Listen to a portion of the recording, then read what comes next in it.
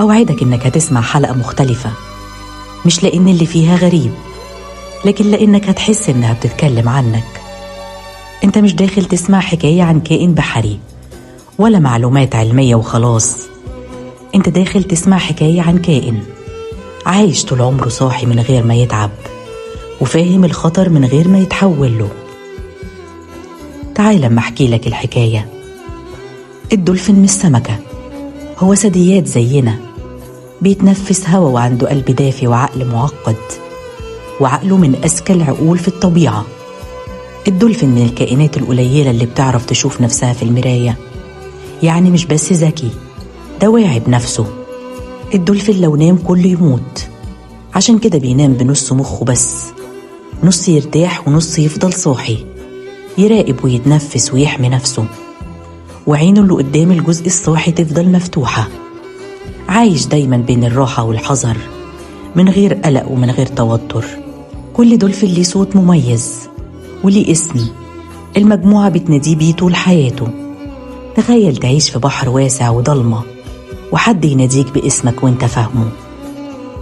لما الدولفين بيموت الباقي ما بيمشيش، بيلفوا حواليه ويلمسوه، وأحيانا يفضلوا رافعينه للسطح كأنهم لسه بيحاولوا يساعدوه. مش جهل بالموت، ده حزن. الدولفين ما بيتعلمش بالعقاب، بيتعلم بالملاحظة والتجربة.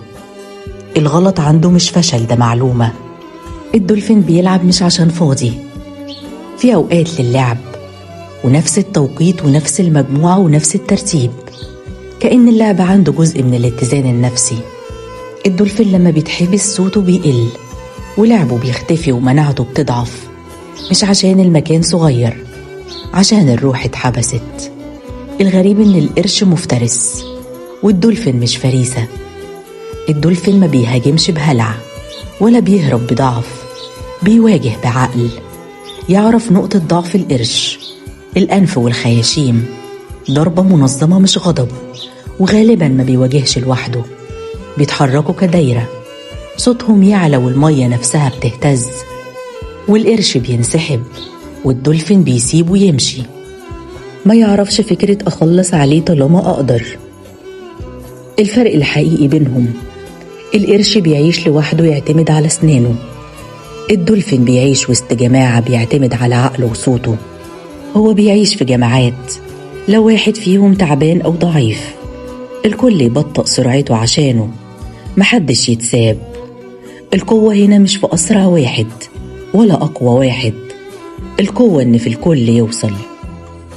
الأم تفضل مع صغيرها سنين، تعلمه الصيد وتحميه وتفهمه الخطر، ولو تعبت تستحمل من غير صوت. الدولفين عايش بنص عقل صاحي طول الوقت، ومع ذلك ما فقدش الرحمة ولا اللعب ولا الجماعة. وإحنا عقل كامل بس مرهق، وقلب شايل أكتر مما يتحمل.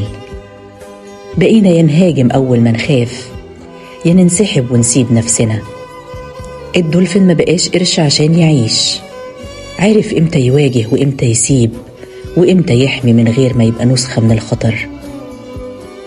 يمكن الإنسان مش محتاج يبقى أذكى، يمكن محتاج يتعلم إزاي يهدي نص عقله عشان النص التاني يعرف يعيش.